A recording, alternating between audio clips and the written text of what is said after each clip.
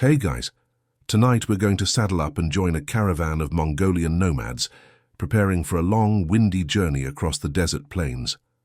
Picture this: the smell of dry leather, horses shifting their weight under heavy saddlebags, and dust already creeping into your socks, even though you haven't taken a single step yet.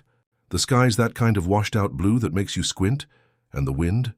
Oh, it's not just whistling, it's singing an off-key lullaby through the bones of an old yurt pole. You'll be helping pack the essentials, and I mean essentials. Ever wondered what people carried when they had no suitcase, no GPS, and definitely no travel-size shampoo? Spoiler alert, you're about to miss modern life more than ever. You think you'd survive this trip? I mean, without your iced latte and electric toothbrush. Yeah, no, you'd be a sand-flavored snack for a camel by sundown. So before you get comfortable, take a moment to like the video and subscribe, but only if you genuinely enjoy what I do here. Also, drop a comment letting me know where, and when you're listening from, who knows, maybe there's another sleepy historian nearby. Now dim the lights, maybe turn on a fan for that soft background hum, and let's ease into tonight's journey together.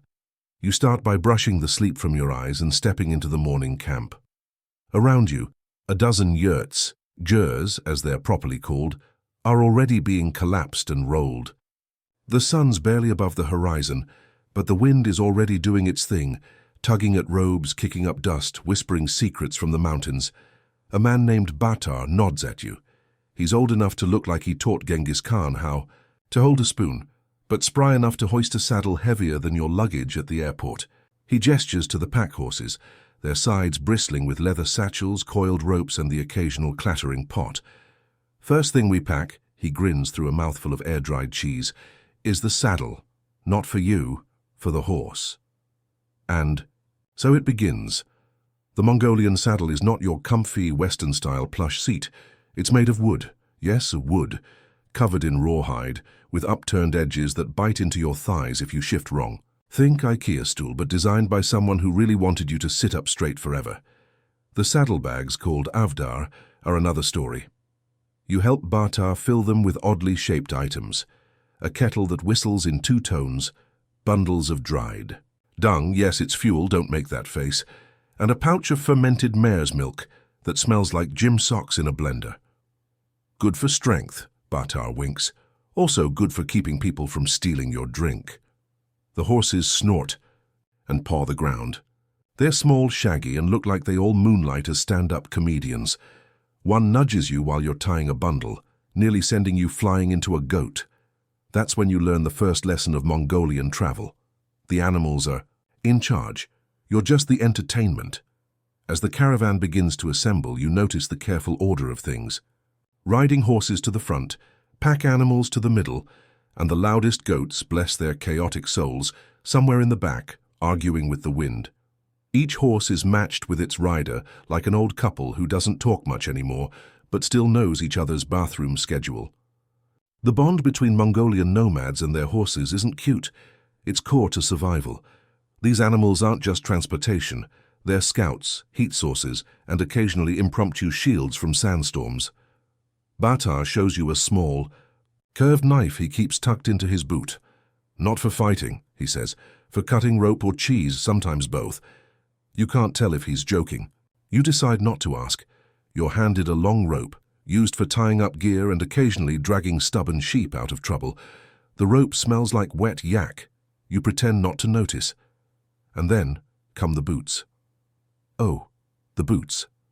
Heavy leather, upturned toes, felt linings. They're not fashionable, but they'll keep sand out and warmth in. You will grow into them, Batar says cryptically. And again, you choose not to press the issue. There's a moment of hush, a pause before departure. Everyone checks their saddles. Children climb atop bundles like little emperors. An old woman mutters something about wolves and spits on a rock for luck. You mount your horse, or more accurately, your horse allows you to mount. The saddle creaks, your knees scream, and the wind immediately attempts to slap the hat off your head in. With that, you're off, not galloping, but rolling into motion like a song that's been played for centuries. The hooves beat a rhythm that's half lullaby, half warning. You glance back at the camp, already half vanished in the dust. Ahead, the land opens like a Scroll, and you, dear listener, are part of the ink. As you ride, Batar points to the horizon and says, "We'll make camp by the 2 trees." You squint. "There are no trees," he shrugs. "Then we'll make camp where the trees used to be." Classic Batar. You're already wondering what's in those food packs rattling beside your knees. You'll find out soon.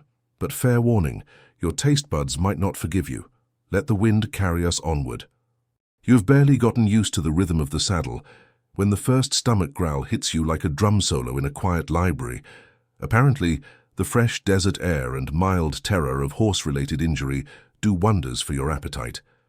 But you're not reaching for trail mix or protein bars, not out here. Batar tosses you a bundle wrapped in cloth. It's warm, slightly squishy, and leaking a suspiciously sour aroma. "Breakfast," he says. "We call it arul." You unwrap it, trying not to wince. Inside is a cluster of rock-hard dairy chunks, sun-dried curds of milk, something between chalk and chewing gum in texture. You bite one.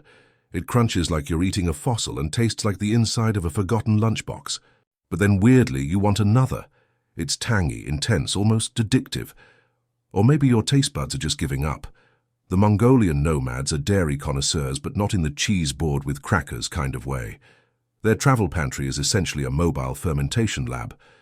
Every second saddlebag seems to hold a variation of milk: cow, yak, goat, camel, even horse, each twisted into a different edible state.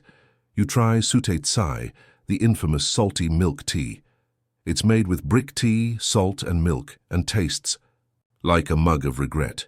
But it's warm, and in the biting wind, that counts for something. The tea is ladled from a blackened pot that's clearly been around since the time of Kublai Khan, possibly used by Kublai Khan. You sip politely. Batar nods in approval. "Strong bones," he says, "and less chance of being eaten by spirits." He doesn't elaborate. Later, you stop for a short break. The caravan unpacks a communal meal. No forks, no plates, just hands and a keen sense of personal space violation. Someone pulls out a bundle of boards, thin strips of dried meat, usually beef or goat. It's like jerky, but more honest. You gnaw on it while eyeing a pot of korkog, a kind of stew made by sealing meat, vegetables, and hot stones inside a container. The rocks are heated until glowing, then dropped into the pot to cook everything from the inside. You help shake the pot like it's a giant maraca. There's laughter. Apparently it's tradition to make the stew burp steam dramatically when opened, like it's angry about being interrupted. One of the older women hands you a small piece of bone and points at your face. Confused, you hold still. She scrapes the edge along your cheek. "Sunburn test," she explains, "also exfoliation." As the wind picks up again, the food is packed up with shocking efficiency. No wrappers, no waste. Everything either gets eaten, reused, or fed to the dog, who, frankly, is the most judgmental member of the group. He watched you drop a piece, Hooves arul earlier, and hasn't stopped judging you since. You hop back onto your horse, this time slightly more confidently. Your legs still ache, but now they ache with purpose, and a bit of lactose. The sun climbs higher. The horizon blurs with heat and dust. You see a shimmering dot in the distance. "Oasis?" you ask. Batar shakes his head. "Goat." He's right. Along the way, you learn one of the Nomad's tricks for long journeys. Food isn't just for energy, it's for rhythm. You eat when the wind changes. You drink when the horses start to sweat. Meals aren't clocked, they're felt. This isn't survival, it's choreography. You pass by a smaller caravan heading the other way. Quick greetings are exchanged. A hunk of meat changes hands. Someone tosses a pouch of arag, fermented mare's milk, between riders with the precision of Olympic athletes. You're offered a sip. It fizzes. Your mouth prepares for a vacation it may never return from. You drink it anyway. Arag tastes like someone tried to carbonate yogurt and forgot to tell it no. It's sour, sharp, and somehow alive. You hand back the pouch and smile weakly. Batar claps your back. "You're one of us now," he says. "Your stomach might never forgive you, but your spirit will." By midday, your breath smells like a fermented deli, but your energy's oddly high. The food, strange as it seemed, is doing its job. You're warm, awake, and slightly tipsy from the mare's milk. And just as you're beginning to think, "You could get used to this," Batar pulls out a small wax-wrapped parcel. Special snack, he says, reserved for the toughest journeys. You unwrap it slowly. Inside is something brown, sticky, and moving. Just a trick of the light. Probably. He calls it camel cheese taffy. You call it a bold choice. You take a bite, chew for a full minute, and smile through the confusion. You taste tradition, he says proudly. You nod. And maybe a bit of camel. By now you've officially tasted your way through a medieval dairy museum, and you haven't died. That's progress.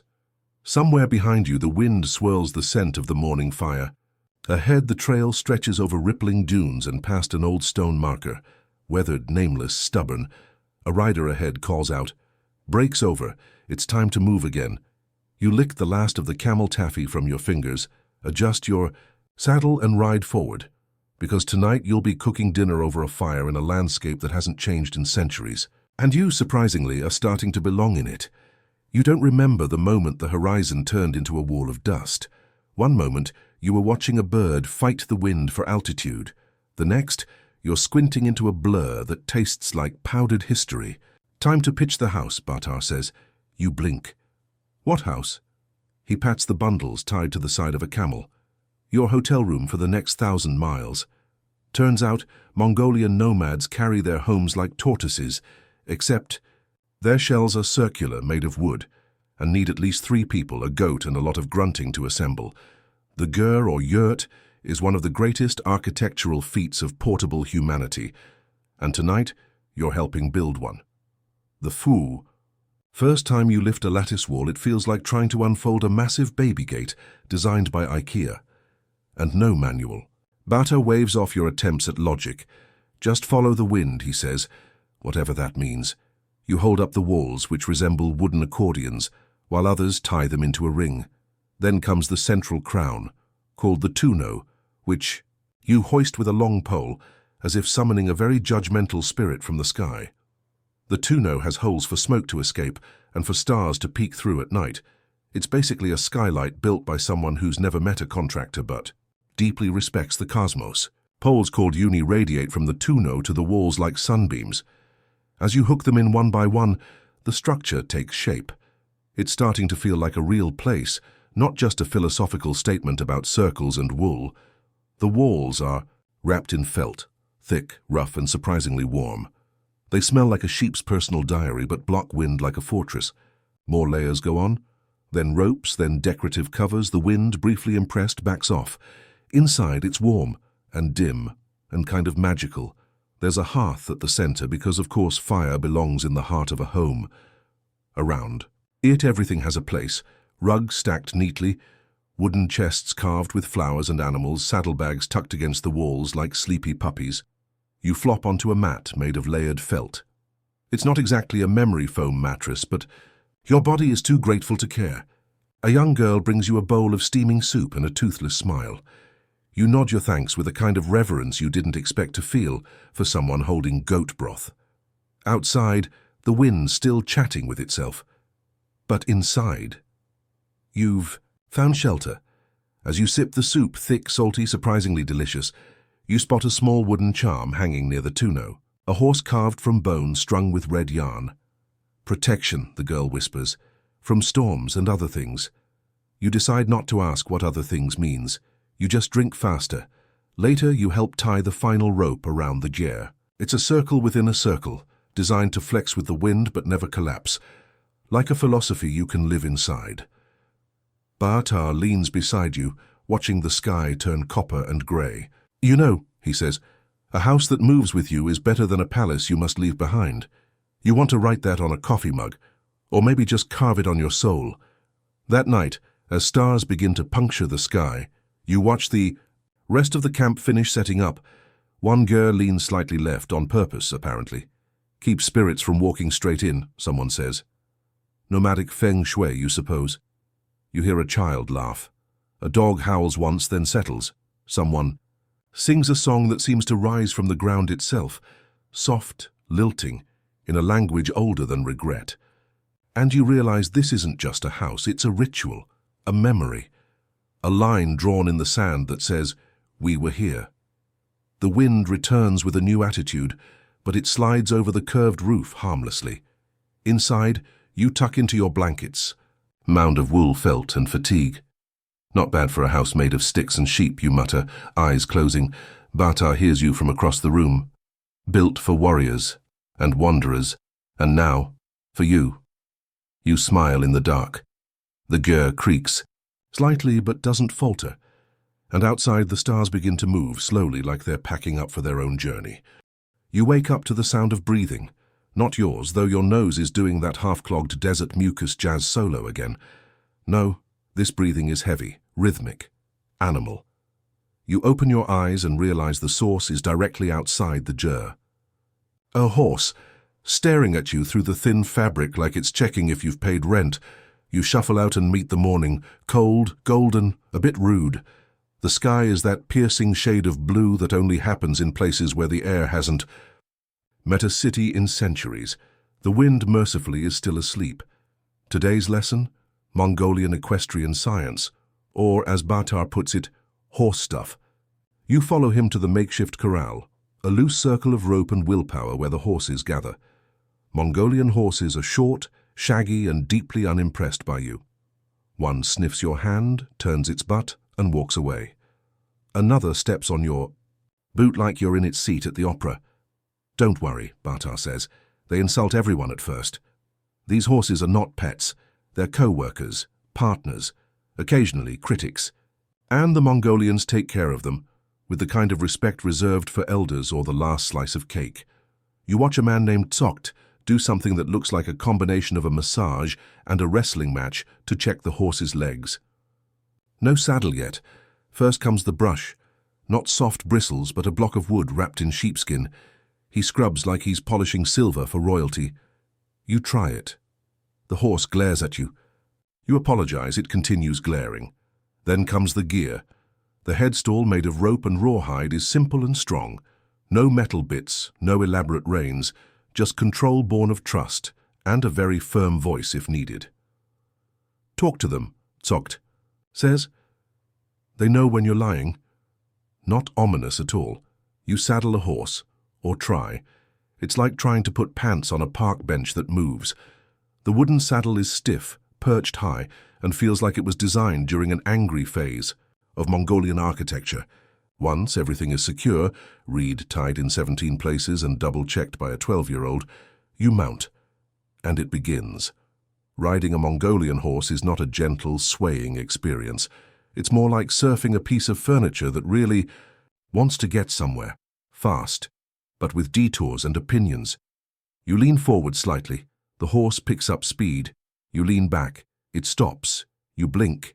It turns. Tsokt rides up beside you, one hand on the reins, the other holding a bundle of tools, knives, needles, leather strips, the toolkit of a horse whisperer, though he'd never call himself that. These we carry always, he explains, for wounds, for harness, for emergency meat. You glance at your horse, then back at him. Emergency? He shrugs. Hopefully.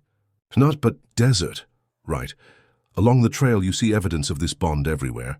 A woman braiding her horse's mane while humming. A boy whispering into a mare's ear like confessing a secret. A man tying a strip of cloth to a bush. A prayer for a safe ride. You pass markers on the landscape, bone piles, worn-down stone, obelisks, places where a horse was buried, honored, remembered.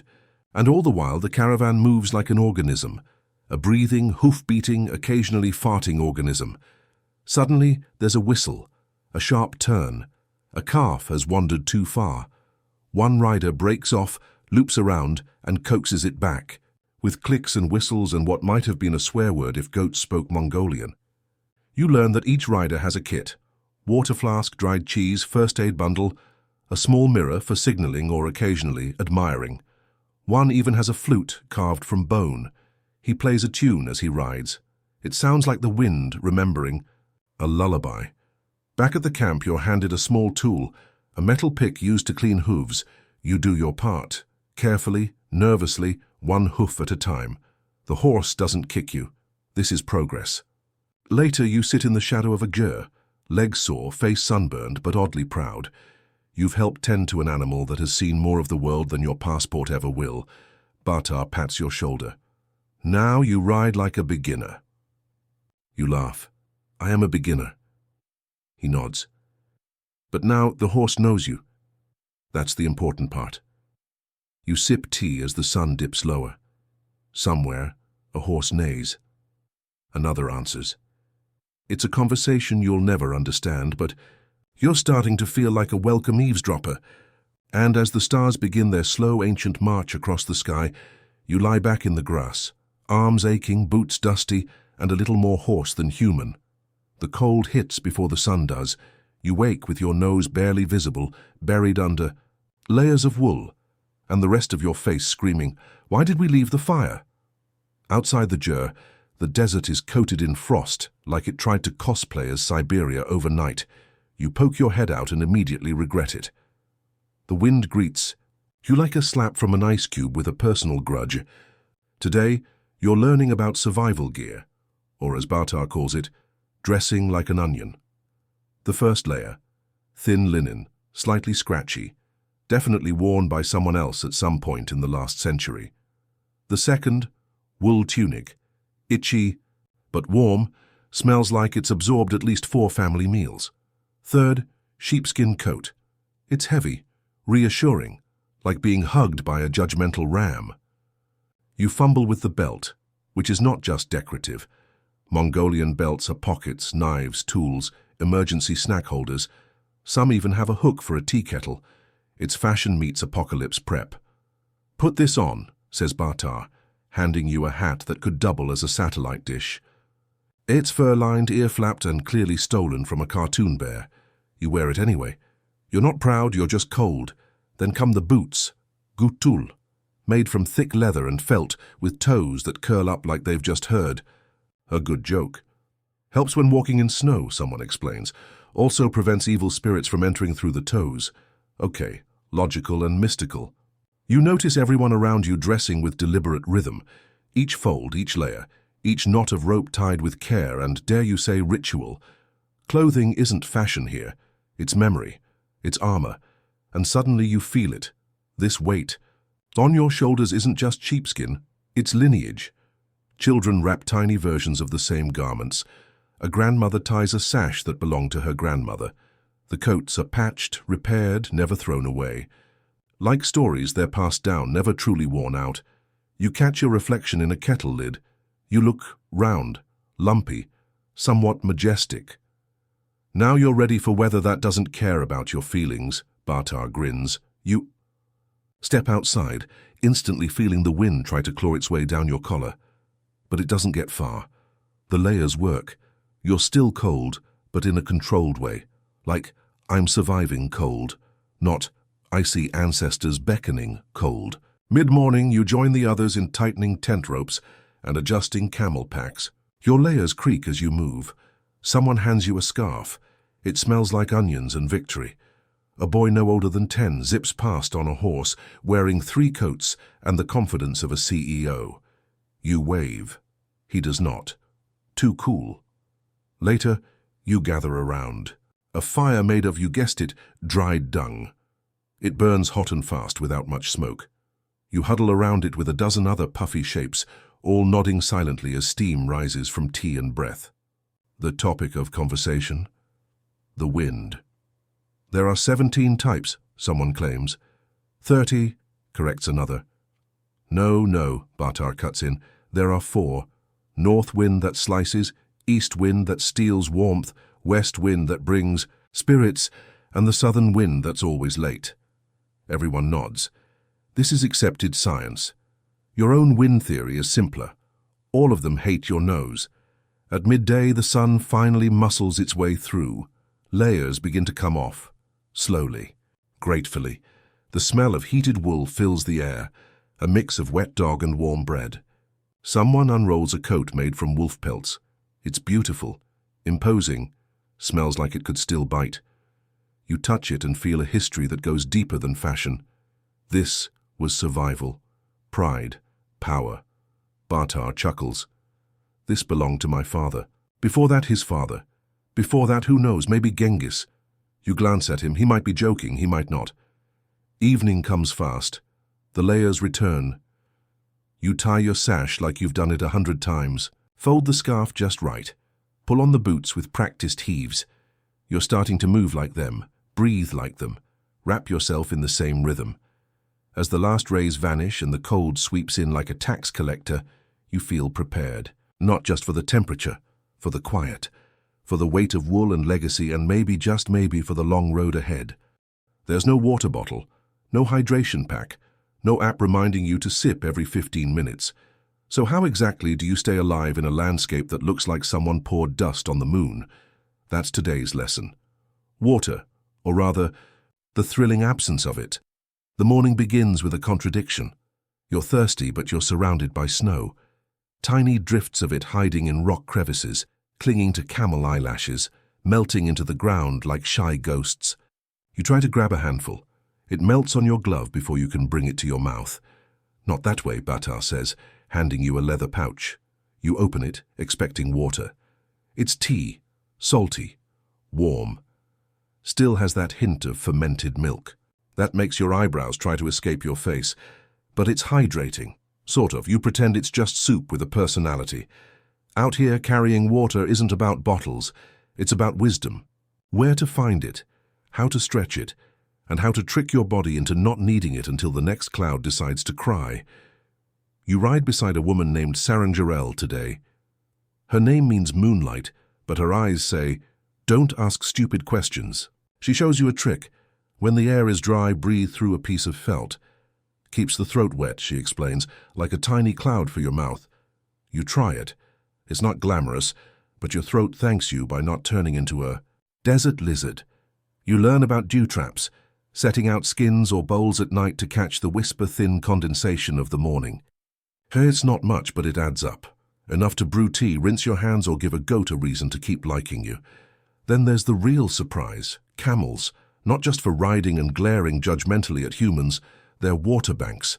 A camel can go days, weeks without drinking, and when they finally do, they'll take in enough to drown a small horse.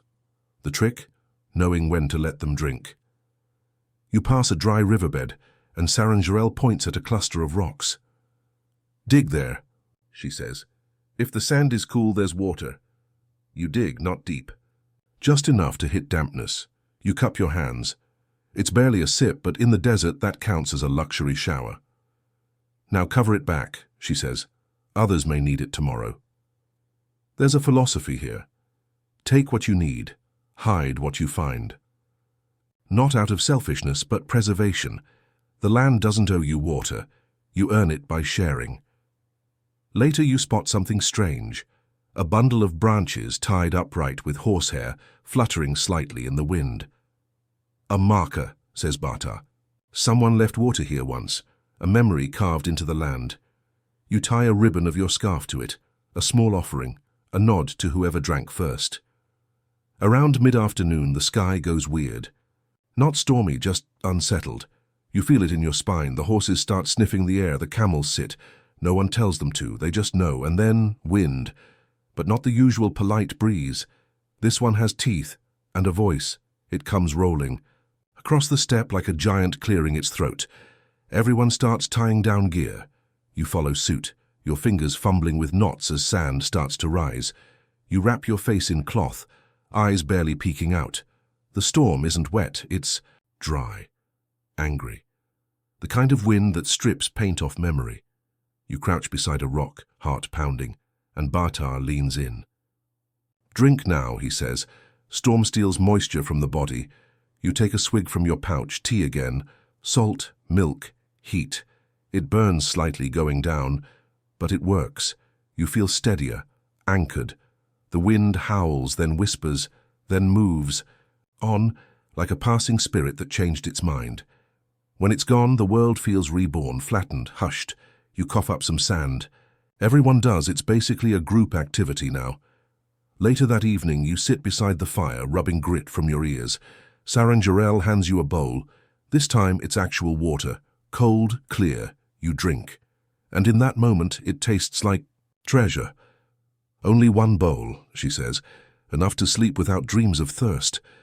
You nod. Because out here, even water is sacred. You're learning the map today. No, not a paper one. Not the kind with convenient little icons for gas stations or "you are here" arrows. The nomads don't carry maps. They are the map.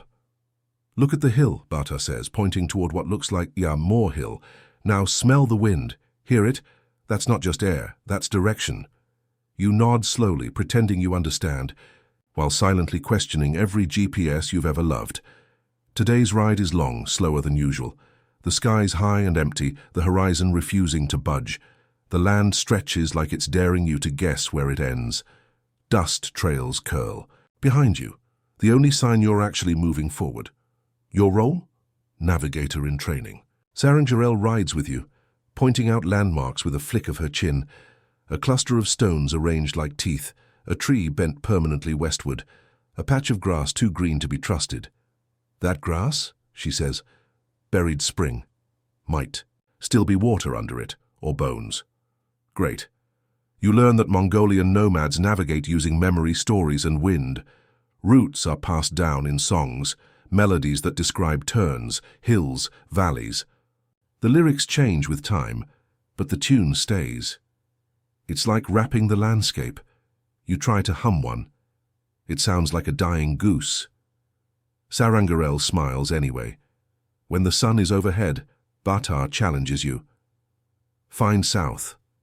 You spin around, arms out, pretending to channel ancient wisdom. In truth, you're guessing based on shadow direction and the fact that the camels all seem to poop facing the same way. Close, he says, but you trusted your eyes too much. Use your breath. Excuse me? He explains. On some days, the wind shifts in predictable ways, rising from the northeast in morning, swinging south in the evening. It's not perfect, but neither are compasses in pockets full of metal tools and goat bones. You pass an old stone cairn, ovu, stacked by travelers long gone. Each stone placed by a hand with a wish. Some have blue cloth tied around them, fluttering prayers to the sky. Leave a rock, Bata says, and your direction will remember you. You pick one, flat, smooth, warm from the sun, and place it with the others. Not just for luck, for location, for belonging. As you ride on, you begin to notice details. The way two hills form a V that points toward the valley. How the earth changes color near water. How vultures circle the same spot every afternoon. The land speaks. You just have to stop arguing long. Enough to listen. You pass a gully filled with bones, horse, goat, maybe something larger. This is where a caravan once lost its way, Bata murmurs. Took the wrong path during a sandstorm. The wind here doesn't forgive. You shiver, and not from cold. It hits you slowly and fully. The desert is not just empty. It's a memory palace. Every trail is written by hooves, shaped by stories, corrected by time. Even the animals know. The lead horse starts turning before you see the bend. The camels veer slightly east as the ground softens. You realize you're being guided, not by reins, but by instinct older than your family tree. Around late afternoon, you stop. No camp in sight, just wind and quiet.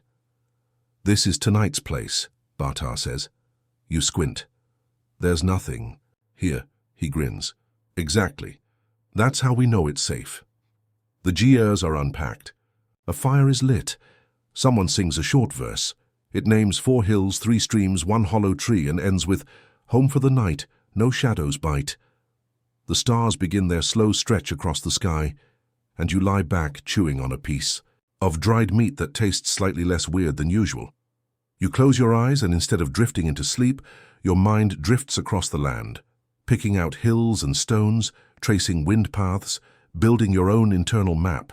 No pins, no screens, just your memory and the road. You hear it before you see it. A deep, snorting sigh from somewhere behind your left elbow. You turn slowly. There it is, a camel. And not just any camel, a towering, 2-humped monument to attitude, with eyelashes longer than your to-do list, and an expression that screams, "Who invited you?" Meet Plan B, Bata says. Apparently today is Camel Day. In Mongolian tradition, camels aren't just backup, they're backup with opinions. They carry heavier loads, travel farther, without water, and complain loudly about both. They are in many ways the grumpy uncles of the animal kingdom.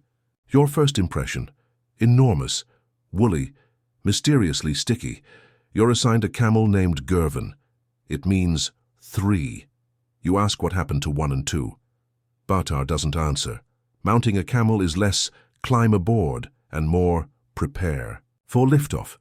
First it kneels if it feels like it, then with a sound like a haunted barn door it lifts its hind legs first. Your body lurches forward, then the front legs follow. You're upright, high, swaying like a poorly anchored balcony. Lean back, Sarangarel calls, unless you want to kiss sand. You lean, hard. The view up here is different. You see the caravan spread out like ants with too much luggage. The wind feels bolder, the sun closer. The camel groans. They always do that, she adds. It's part of the journey. You spend the next hour learning what true slow travel means. Horses dart, camels plod, 1 foot, pause, next foot, contemplate life, next foot. Think about soup. But Gervin doesn't stop. Not unless it's for something important, like scratching its backside on a rock, or glaring at a goat. You notice the saddle is wide, almost flat, designed for bags more than humans. You shift. The camel shifts back. A passive-aggressive dance begins. Beside you, a boy rides a younger camel. No saddle, no reins. Just balance and sheer confidence. He's singing. The camel listens. You try humming. Gervin yawns in your face. Your guide points out the camel packs, bundles wrapped in thick wool and sealed with rope. Inside, spare felt for tents, dried dung for fire, backup cooking pots, and somewhere, if you're lucky, a tightly wrapped emergency cake. The camels also carry milk skins, animal hides sewn into containers for airag and water. The motion of their walking actually helps churn the milk into butter as they go. Yes, they make butter while walking. Take that, modern kitchen gadgets. Midday, the caravan halts. Camels sink to the ground, folding themselves like furry origami. You dismount, legs tingling, and sit beside Gervin. He turns his head and exhales directly at you. It smells like ancient soup. Still, you feel a weird affection.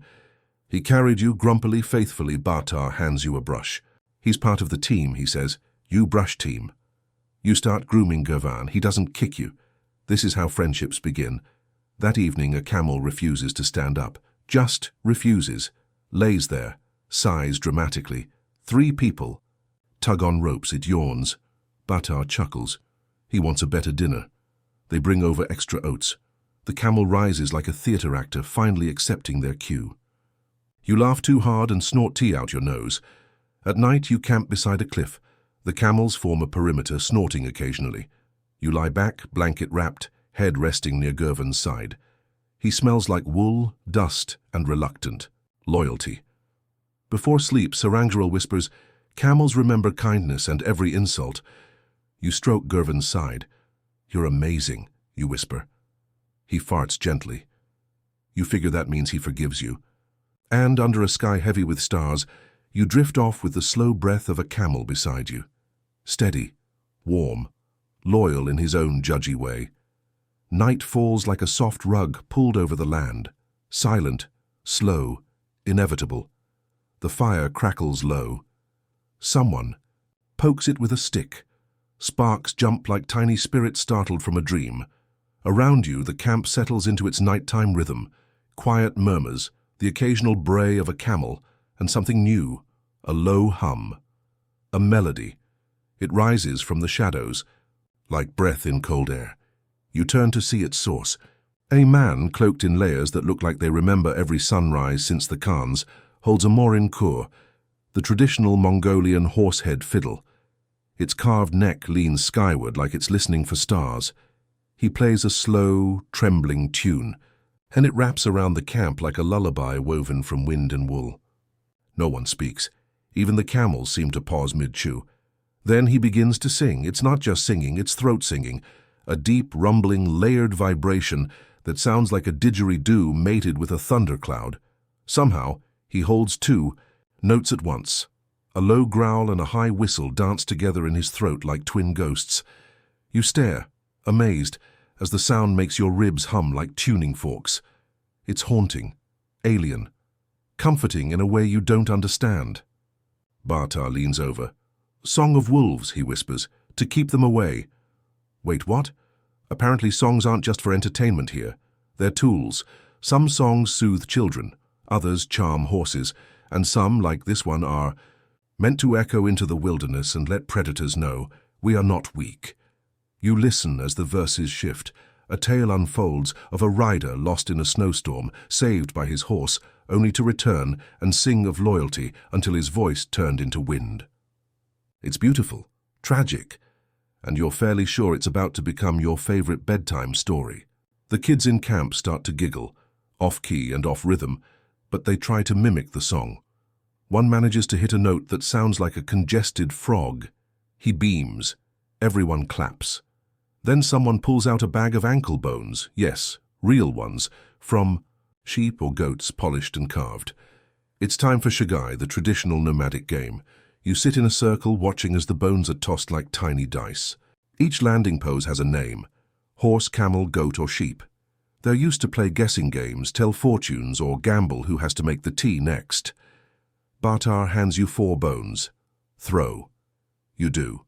2 goats, 1 camel, 1 sheep. Ah. He says, "Lucky for journeys, unlucky for romance." You shrug. Fair trade. The fire pops again. Someone tells a joke about a drunk herder who tried to milk a bull. The camp laughs in bursts, short, sharp, loud. Even Gurvan the camel grunts approvingly. Another song begins, softer now, a lullaby. It speaks of warm felt, of safe gers, of dreams that ride on clouds shaped like horses. A woman braids her daughter's hair by firelight, humming. An old man carves something into a piece of wood, a bird maybe, or a memory. And you? You sit there soaked in the moment, trying to commit every second to memory. It's not just the beauty. It's the peace. The feeling of being held, not by walls but by ritual. Out here without phones or screens or schedules, bedtime isn't announced. It arrives naturally, on the heels of a song, a shared meal, a final yawn. You crawl into your ger, face still tingling from the night air, ears still echoing the harmony of wind and voice. Outside, the camp fades into quiet. Inside, the warmth wraps around you like a gentle word never spoken. And somewhere, beyond the ridge, a wolf listens. But it doesn't come any closer, because tonight the humans have sung. You wake up to the sound of metal clinking softly, rhythmic, almost polite. It's not tea being made, it's armor being unpacked. "Wait," you whisper, crawling out of your ger with half your hair doing something gravity forgot. "Why? Do we need armor?" Bartar's already at the fire, warming his hands over a pot of goat soup and chainmail. "Just in case," he says casually. "Old habit. Today's journey, it seems, takes you through a region once famous for, let's say, spirited disagreements. Not bandits, not anymore, but the memory of danger still clings to the trails like mist in the morning. So they pack a little extra. But this isn't clunky medieval knight stuff. Mongolian armor is clever, lightweight, foldable. Some of it is leather boiled until stiff. Other pieces are lamellar, small plates laced together with rawhide, flexible, enough to dance in but strong enough to stop a blade. You're handed a vest. It smells like horse and old sweat and weighs about as much as your regrets from high school. "Try it," Bartar says. You do. Instantly you feel heroic. Slightly itchy, but heroic. The armor goes into saddlebags too, just in case. Mongols don't waste space. That's why even their defense gear doubles as pillow stuffing, seat, cushions, or pot lids in a pinch. You ride beside a man named Erdine today. His name means treasure, and he speaks like every sentence might be his last, slow, serious, and sprinkled with existential dread. "You see that ridge," he says. "Many battles, no survivors except horses." You nod solemnly. "Also," he adds, "good spot for mushrooms." Of course it is. He shows you his knife, a curved blade with a bone handle etched with tiny runes. "It's for many things," he explains. "Cutting meat, opening letters, saving lives. Shaving sheep," you stare. "Very versatile." Your camel, Gurvan, makes a noise that suggests he's heard better stories. As the caravan winds through a narrow pass, the mood shifts. Voice is lower, the horses step lighter. Everyone watches the shadows. You spot a pile of old stones, weathered, half collapsed, and clearly not natural. "Fort?" you ask. "Checkpoint," says Erdina. "From when this trail needed guarding, now just memories." You pass through slowly, the hooves echoing off stone. It's quiet. Too quiet. Even the goats aren't arguing. Then, just as the tension thickens, a loud fart echoes from Gurvan. The entire caravan stops. Silence. Then someone laughs. Then everyone. The mood breaks like ice on a spring river. "Your camel is brave," Batar says between wheezes. You nod. "He's a weapon of morale." You move on. Later, around the fire, they show you archery gear. Small composite bows, powerful enough to pierce armor, but light enough to fire from horseback. You try pulling one. It feels like arm wrestling a tiger. "These," Batar says, "are not for fighting today, but they remind us who we are." Every Mongol learns some form of defense, not out of paranoia, but respect. For the land, for the past, for the knowledge that peace is something you carry with you right next to your blade. Before bed, you polish your borrowed vest. It's dented, scratched, but solid, and somehow comforting. Out here, protection isn't about fear. It's about preparedness, about wrapping yourself in the strength of those who came before. You lie down with that thought, and with Gurvan guarding the door like an overgrown judgmental dog, you fall asleep knowing you're safer than you've been in weeks. Even if the only battle you fight tomorrow is against your own saddle sores. You wake up to someone smearing butter on a cut. No, not toast. A person. Their hand, to be exact, scraped on a sharp rock during the night. And now a woman is dabbing a generous blob of yak butter on the wound like she's frosting a cake of human flesh. "Won't that go rancid?" you ask hesitantly. "Eventually," Batar says, "but by then the wound will have healed or the arm will have fallen off. Either way, problem solved." Welcome to Nomadic First Aid. Today's lesson: survival. When the nearest clinic is 3 weeks and 6 camels away, the medical kit is passed around during breakfast. It's a cloth roll, tied with string and filled with tools that look suspiciously like they also double as kitchen utensils. A small curved knife, tweezers, a bone needle, and what might be a very clean spoon. There are also bundles of herbs, dried leaves and a pouch that smells like an angry foot. For fevers, someone explains while you discreetly try not to inhale, you get your own pouch, tiny but useful. Inside, a piece of resin for burns, felt for wrapping fingers, a shard of obsidian for making precise cuts. You really hope that one's just for show. And, yes, a dab of yak butter in a pouch. Good for cuts, Batar insists. Also lips, also cooking. Multi-use or madness? You're not sure. You set off that morning with a small blister on your heel, the result of yesterday's bold "I don't need socks" experiment. By noon, you're limping. A teenage girl named Munktuya notices. She pulls a wool patch from her coat, chews it briefly, yes, chews, and then presses it gently to your heel, wrapping it with a thin strip of leather. "What was the chewing for?" you ask. "Warmth," she says. "Warmth or magic?" She just winks. Later, someone takes a fall. Nothing dramatic, just a horse slipping on a patch of gravel. The rider tumbles, rolls, and pops up like it's part of the plan. Within seconds, people gather, checking limbs, brushing dust, offering a swig of strong-smelling liquid from a leather flask. You're handed the flask too. It tastes like regret soaked in vinegar and set on fire. Fermented garlic honey root, Batar grins, kills bacteria and joy. Out here, medicine is part ritual, part instinct, part try it and see what happens. Every family has its recipes. Powders for headaches, stones for bruises, teas for sadness. Yes, sadness. One woman carries a pouch of crushed petals. "Smell this when your heart feels heavy," she says, "or when your camel refuses to look at you." You make a mental note to sniff it daily. By late afternoon, the wind picks up, blowing sand like tiny razors across your cheeks. A rider hands you a face balm, thick, oily, and smelling faintly of sheep and mint. You smear it on. Immediately the sting eases. Your nose stops threatening to detach. You're starting to realize healing in the nomadic world isn't just about injury. It's about harmony. With your body, your animal, your environment, you don't fight pain here. You coax it, you sing it away, you wrap it in wool and let it breathe. That night someone coughs too much. The group reacts with quiet urgency. A kettle is filled, herbs dropped in, steam rises like incense. The elder woman cups it with her hands, then speaks softly, half medicine, half lullaby. You lie in your blankets listening. Outside, Gervin sneezes.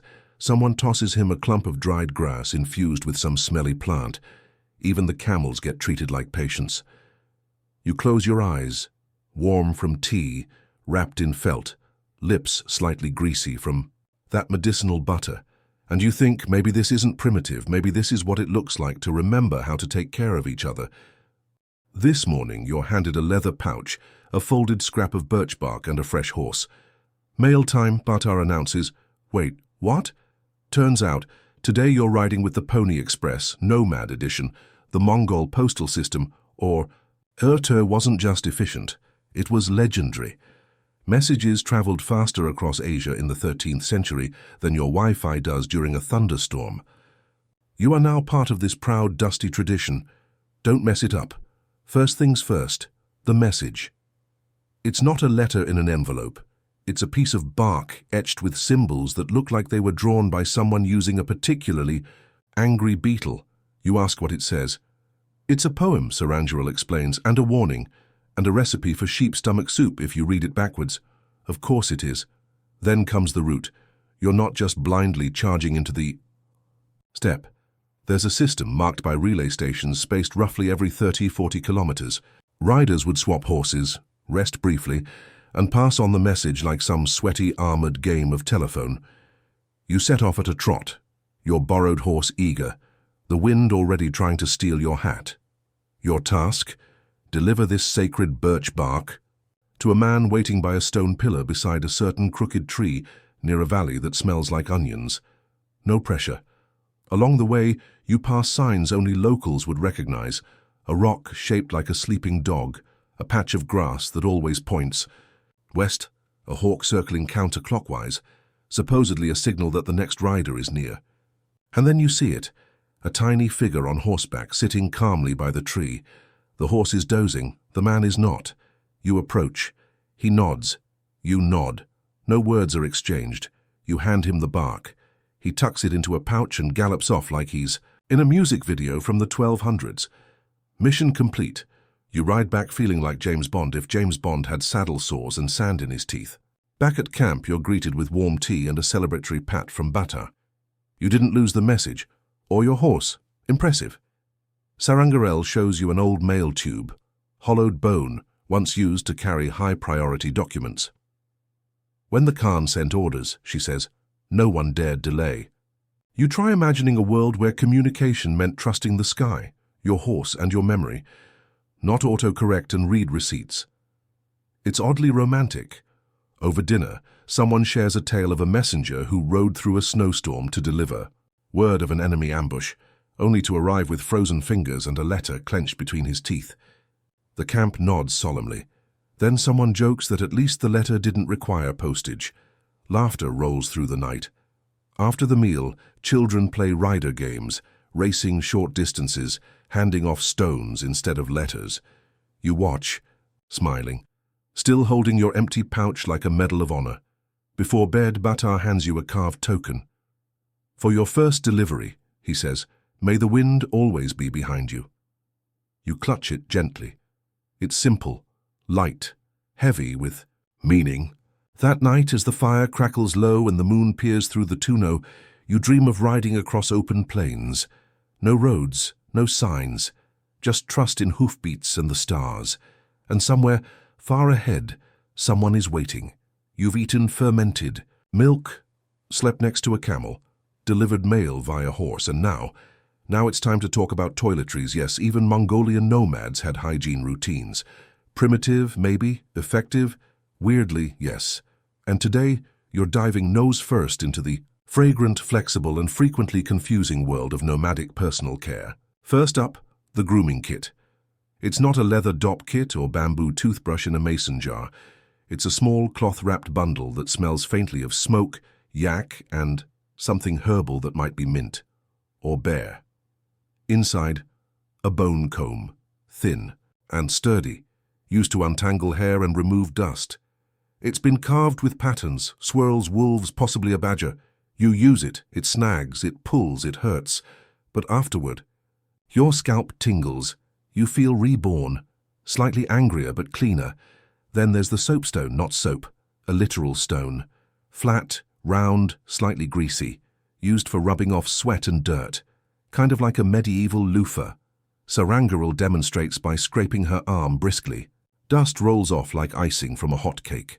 You try, it works. You try your neck. It makes a sound like dry paper. You stop. Good for exfoliating, she says. Also good for starting fires, Batar adds, to each their own. The toothbrush, if you can call it that, is a chewed root. You chew the end until it frays into a brush, then rub it over your teeth. It tastes like licorice and ash, but your mouth feels oddly fresh, kind of like a smoky forest in spring. Charcoal, they explain, keeps teeth strong, scares bad spirits. You wonder how many cavities were actually demons in disguise. As for bathing, don't hold your breath, no lakes, no showers, just ritual wiping with felt snow if you're lucky, and a splash of sacred water saved in a pouch that smells like boiled socks. But here's the thing, no one smells bad. Maybe it's the dry air, maybe it's the smoke, maybe your nose has just given up. You watch a young girl oil her hands with sheep fat, then rub some under her nose. For windburn, she says, and boys. Ah, multitasking. Later, someone offers you eye salve, a paste of herbs and crushed rock. Applied just under the eyelids, it's said to sharpen vision and keep out dust. You smear a bit on and spend 10 minutes blinking at a camel who now looks extra judgmental. Then comes perfume. Yes, really. A tiny jar of resin, melted by the fire and dabbed behind the ears. It smells of pine, leather, and mystery. You instantly feel 12% more powerful. But the real MVP, goat butter foot balm, thick, rich, slightly spicy, rubbed into your feet every night. It keeps the cracks away and helps you sleep, which is weird. But you're not questioning magic anymore. There's also a brief lesson on bathroom etiquette. Out here you don't leave signs, no toilet paper, no loud declarations, just a quiet walk to the edge of camp, a small shovel, and deep respect. For wind direction. Face east, Batar instructs, unless you're feeling rebellious. Right. As night falls, you gather around the fire, faces glistening slightly with oils, hands cleaner than usual, everyone passing around a pouch of resin to freshen breath. You realize something profound. Cleanliness out here isn't about vanity. It's about resilience, about staying human in a place designed to test your limits, about showing respect for yourself and those around you, even if your soap is a rock and your shampoo is melted fat. You crawl into your blankets that night smelling faintly of pine, goat, and hope, and just before sleep you whisper to yourself, who needs a spa when you have yak butter? You hear laughter before you even open your eyes. Not quiet, polite giggles. This is full-bellied, eye-watering, someone just fell in goat poop laughter. You sit up groggily, squinting into the morning sun, and see a small crowd gathered around. A low table made of packed earth and optimism. It's game day. Yes, even the most hardened nomads, those who face blizzards, wrestle camels, and drink liquids that could qualify as mild poisons. They still make time for fun. At the center of the action, ankle bones, shiny, polished, and clacking together. Like dice from an ancient casino. This is shagai, the quintessential Mongolian pastime. The bones, usually from sheep or goats, have 4 distinct sides: horse, camel, goat, and sheep. Each side means something. Each throw is a chance for victory, fortune, or mild embarrassment. You're handed a handful of bones. Beginner's luck, Batar smirks. You toss. 2 camels, 1 horse, 1 goat. Not bad, someone says. Sturdy but emotionally distant. Fair. The rules shift with each round. Sometimes it's about matching pairs. Other times it's about flicking one bone to hit another with mathematical precision. You try. You miss.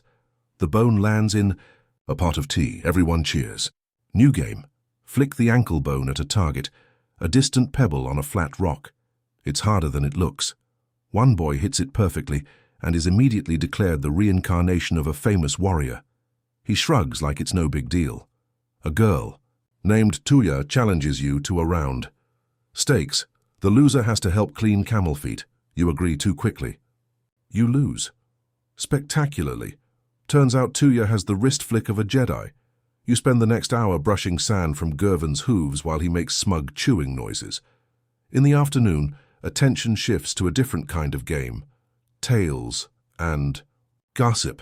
Yes, even out here in the wide-open steppe there are stories, and the juiciest ones don't involve kings or empires. They involve love triangles between herders, missing boots, and a mysterious stranger who once traded a yak for a singing bowl that never sang. You sit with a circle of elders who pass around, a bottle of arag, and a story that keeps growing like a well-fed rumor.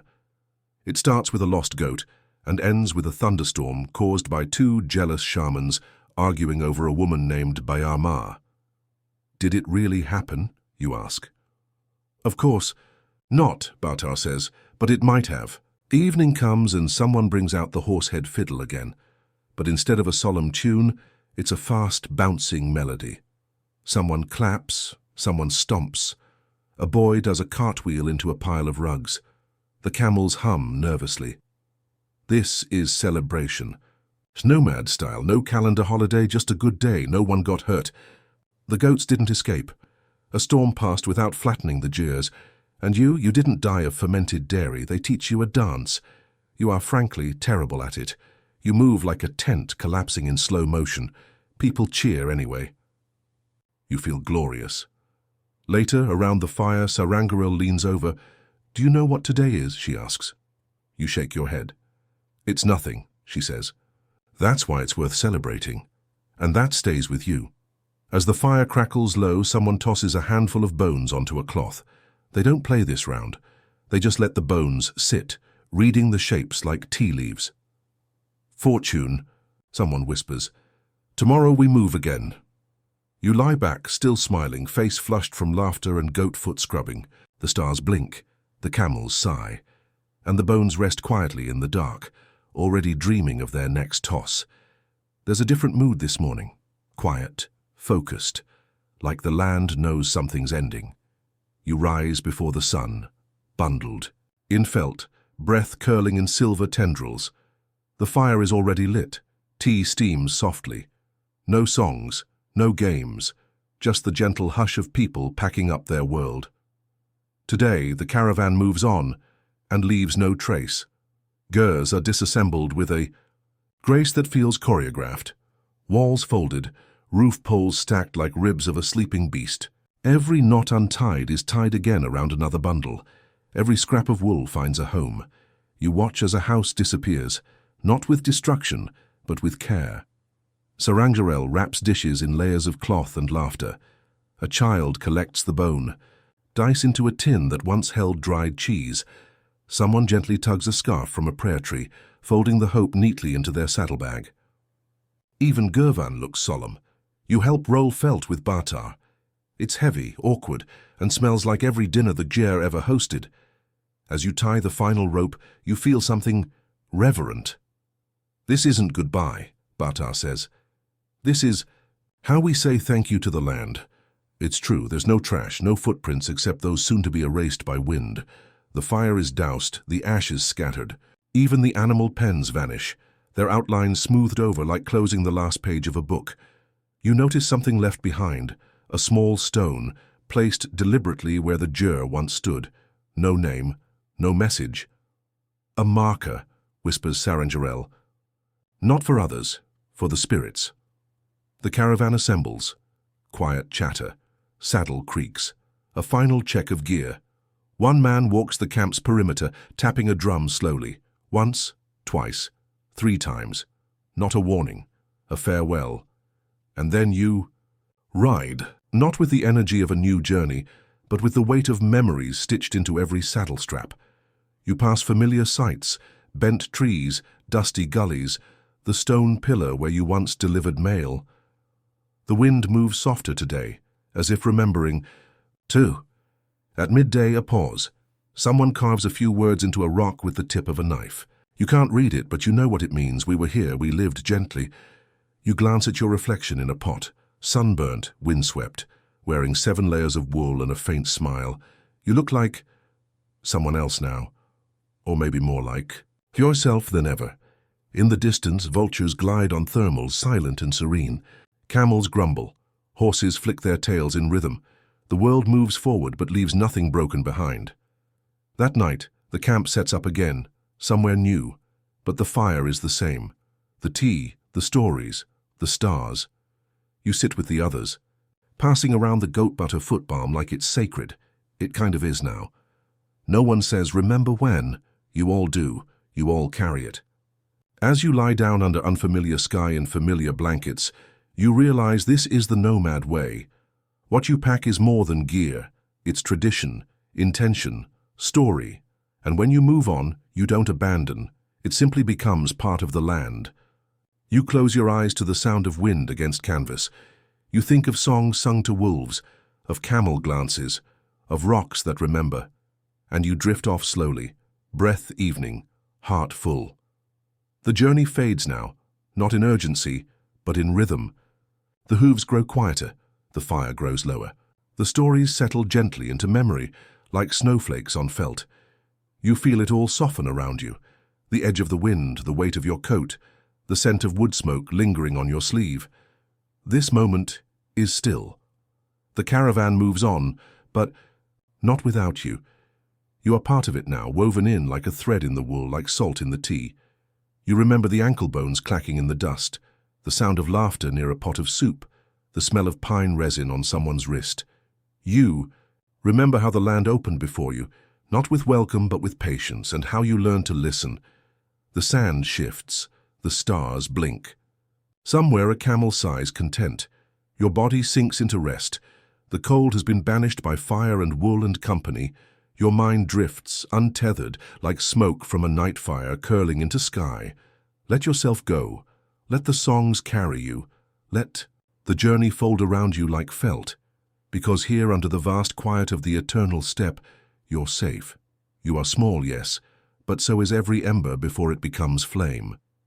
And now, dear listener, it's time to sleep. End of script. Sweet dreams.